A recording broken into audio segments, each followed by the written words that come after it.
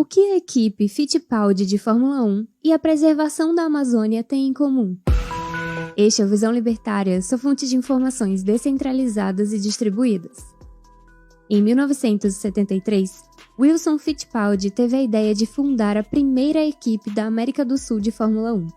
Com seu irmão mais novo, Emerson Fittipaldi, recém-campeão da Fórmula 1 de 1972, Wilson passou o primeiro semestre de 1974 procurando patrocínio em empresas brasileiras para um dos maiores projetos do esporte brasileiro.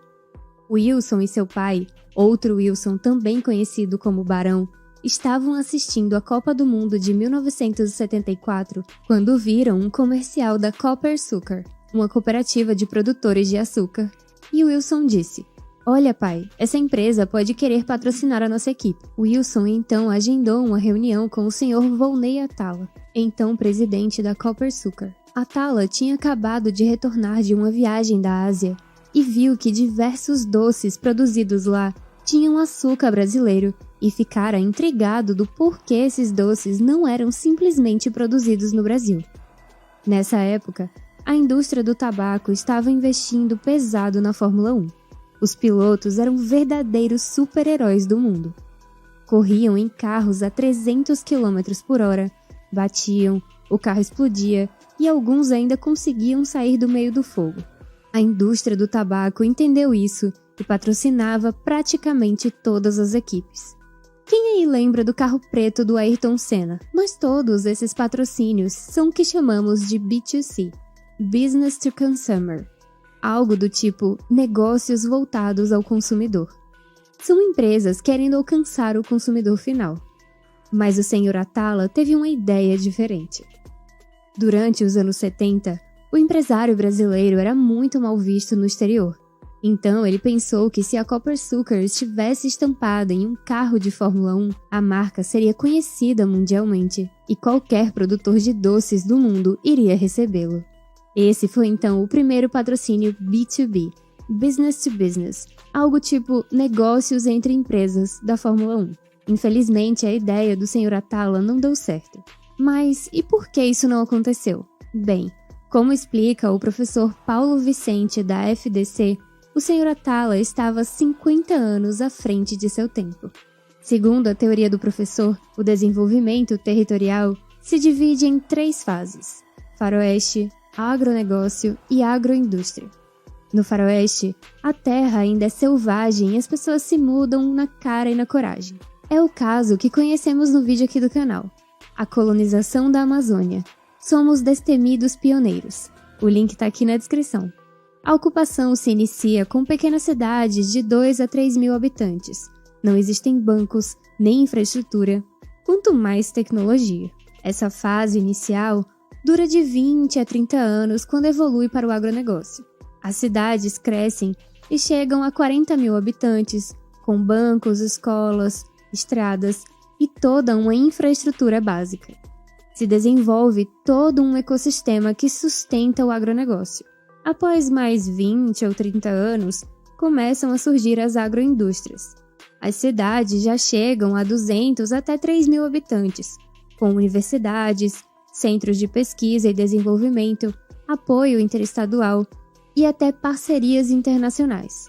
Durante os anos 1860 e 1880, o meio-oeste americano viveu seu período de faroeste. Entre 1880 e 1910, o período de agronegócio, e de 1910 a 1940, o período de agroindústria. No Brasil, estamos com 100 anos de atraso. Vivemos nosso faroeste durante 1960 e 1980, o agronegócio entre 1980 e 2010, e estamos vivendo agora nosso período de agroindústria. Já a África subsaariana está 50 anos atrasada em relação ao Brasil. Mas isso já é assunto para um outro vídeo. No primeiro momento de faroeste, a terra é muito barata e por isso não existe necessidade de investimento em produzir mais por hectare de terra. Quando a terra vai começando a ficar mais cara, surgem incentivos para o investimento em tecnologia, que gera aumento de produtividade, o que caracteriza o agronegócio. Então vai começando a valer mais a pena investir em produtividade em vez de ir mais para longe e desmatar terras que não vão render tanto. E ao longo do tempo, o empresário terá que agregar valor ao produto final. Foi isso que fizeram países como Suíça e Bélgica, que vendiam leite cru e passaram a ter os melhores laticínios do mundo. Desse fenômeno, surgem empresas como a dos chocolates suíços e belgas. Os franceses, por exemplo, não exportavam uva, mas champanhe. Os americanos produzem milho, mas exportam cereais de milho naquelas caixas caríssimas que as crianças adoram. No Brasil, a soja custa em torno de R$ 3,00 o quilo. Já o hambúrguer de soja é vendido a R$ 100,00 o quilo. Ou seja, a transformação do agronegócio em agroindústria será capaz de agregar valor aos produtos brasileiros em até 30 vezes. Se o agronegócio hoje já é lucrativo, imagina o que será em uma nova fase de agroindústria. Mas o processo descrito não leva em consideração as amarras que o Estado impõe sobre o produtor. A depender do nível de burocracia e impostos, pode ser que a atividade de agroindústria seja simplesmente inviável no Brasil. Recentemente, brasileiros têm exportado a tecnologia de produção de etanol para empresas nos Estados Unidos e, nesse ano de 2022, para a Índia. Com a guerra da Ucrânia e o aumento do preço do petróleo, os Estados Unidos decretaram um aumento na quantidade de etanol na gasolina, igual fazem aqui no Brasil.